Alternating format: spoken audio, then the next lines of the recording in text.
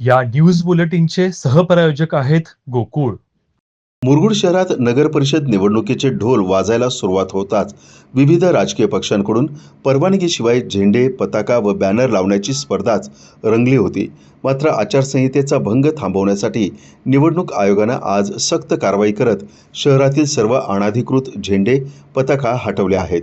निवडणुकीच्या काळात कोणत्याही पक्षानं पोस्टर, बॅनर लावण्यासाठी निवडणूक विभागाची परवानगी आवश्यक असते.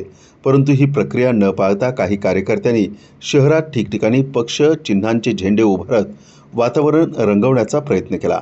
याची दखल घेत प्रशासनानं सफाई मोहीम हाती घेतली आणि सर्व अनधिकृत राजकीय झेंडे काढून टाकले.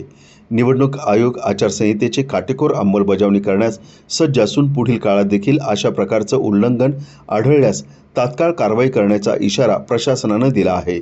मुरगुडमध्ये झालेल्या या कारवाईमुळे शहरात सध्या जोरदार चर्चा सुरू आहे. टीव्ही नेक्स्ट मराठीसाठी मुरगुडहून सर्जेराव भाट.